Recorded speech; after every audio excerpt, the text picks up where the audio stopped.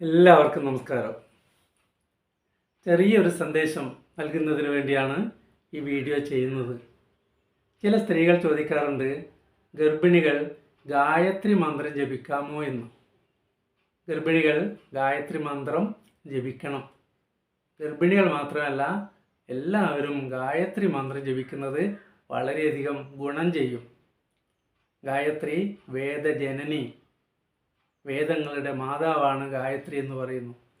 ഗായത്രി ആസ്തു പരാം നാസ്തി, ഗായത്രിയേക്കാൾ ശ്രേഷ്ഠമായിട്ടൊന്നുമില്ല.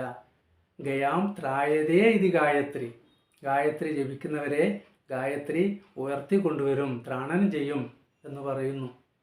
അതുകൊണ്ട് തീർച്ചയായും ഗർഭിണികൾ ഗായത്രി മന്ത്രം ജപിക്കുന്നത് നല്ലതാണ്. ഏതൊരു മന്ത്രം ജപിക്കുമ്പോഴും ജപിക്കുന്ന ആളിൻ്റെ ഓറ വികസിക്കും, മാത്രമല്ല പവർഫുള്ളാവും. ഇങ്ങനെ ഓറ വികസിക്കുകയും പവർഫുൾ ആവുകയും ചെയ്യുമ്പോൾ പുറത്തുള്ള ഒരു നെഗറ്റീവും സ്വാധീനിക്കുകയില്ല. അതുകൊണ്ട് അമ്മമാർ അല്ലെങ്കിൽ ഗർഭിണികളുടെ മനോഭാവം എന്തു തന്നെ ആയാലും അത് ഉള്ളിലിരിക്കുന്ന കുട്ടിയെ വളരെയധികം സ്വാധീനിക്കും. 5-ാം മാസം മുതൽക്ക് തന്നെ ഗർഭത്തിലിരിക്കുന്ന കുട്ടിക്ക് നല്ല ബോധമുണ്ടാകും. അമ്മ പറയുന്നതും അമ്മ കേൾക്കുന്നതും അമ്മ ചിന്തിക്കുന്നതും ഒക്കെ തന്നെ കുട്ടിയെ വല്ലാതെ സ്വാധീനിക്കും.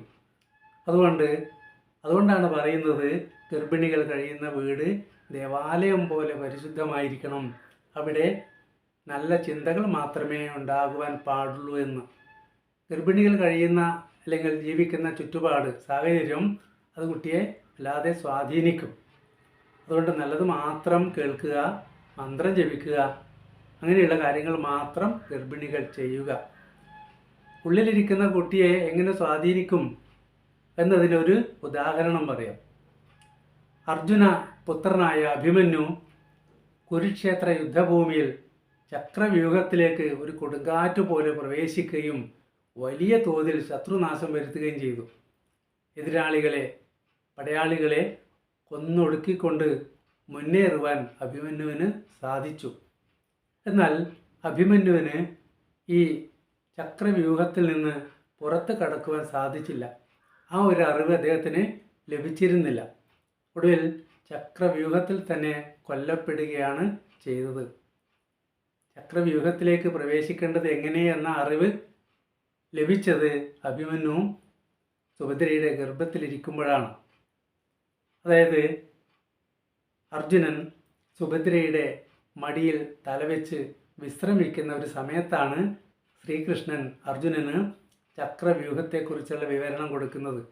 എങ്ങനെയാണ് ചക്രവ്യൂഹത്തിൽ പ്രവേശിക്കേണ്ടതെന്നും യുദ്ധം ചെയ്യേണ്ടതും എന്നൊക്കെ ശ്രീകൃഷ്ണൻ വളരെ വിശദമായി അർജുനന് പറഞ്ഞു കൊടുത്തിരുന്നു. അതിനിടയിൽ ശ്രീകൃഷ്ണൻ അർജുനനെ നോക്കിയപ്പോഴാണ് മനസ്സിലായത് അർജുനൻ ഉറങ്ങുകയാണ് എന്ന്. അതോടുകൂടി ചക്രവ്യൂഹത്തിൽ നിന്ന് പുറത്ത് കടക്കേണ്ട ബാക്കി ഭാഗങ്ങളൊന്നും ശ്രീകൃഷ്ണൻ പറഞ്ഞിരുന്നില്ല. ഇത് മുഴുവൻ ശ്രദ്ധിച്ചിരുന്നത് ഗർഭത്തിലിരുന്നു കൊണ്ട് അഭിമന്യുവാണ്. അങ്ങനെയാണ് അഭിമന്യു അതിശക്തമായി ഈ ചക്രവ്യൂഹം ഭേദിച്ച് പ്രവേശിക്കുകയും പടയാളികളെ കൊന്നൊടുക്കി മുന്നേറുവാനും അദ്ദേഹത്തിന് സാധിച്ചത്. ഇതിൽ നിന്നും നമ്മളൊരു കാര്യം മനസ്സിലാക്കണം, ഗർഭിണികളുടെ മനോഭാവം, അവർ കേൾക്കുന്നതും പറയുന്നതും ഒക്കെ തന്നെ ഉള്ളിലിരിക്കുന്ന കുട്ടി ശ്രദ്ധിക്കുമെന്നത്.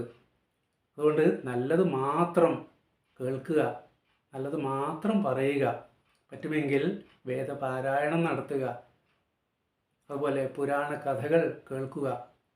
ഗർഭിണിക്ക് ഗായത്രി മന്ത്രം ജപിക്കുവാൻ അറിയില്ലെങ്കിൽ അറിയുന്ന ഒരാൾ അടുത്തിരുന്ന് ഒരു നിശ്ചിത സമയത്ത്, എന്നും ഒരേ സമയത്ത് തന്നെ അരികിലിരുന്ന് ഗായത്രി മന്ത്രം ചൊല്ലിക്കൊണ്ടിരിക്കുക. 21 തവണയോ അല്ലെങ്കിൽ 108 തവണയോ ഒക്കെ ചൊല്ലുന്നത് ഏറെ ഗുണം ചെയ്യും. ഇങ്ങനെ ഒരു സംസ്കാരം നാം വളർത്തിയെടുക്കുവാൻ നമുക്ക് കഴിയണം. എങ്കിൽ നല്ല ആധ്യാത്മിക സംസ്കാരമുള്ള അല്ലെങ്കിൽ നല്ലത് മാത്രം ചിന്തിക്കുന്ന ഒരു നല്ല തലമുറയെ അല്ലെങ്കിൽ അങ്ങനെയുള്ള ഒരു തലമുറ വളർന്നു വരും എന്ന് ഓർമ്മിപ്പിച്ചുകൊണ്ട് നിർത്തുന്നു. നന്ദി, നമസ്കാരം.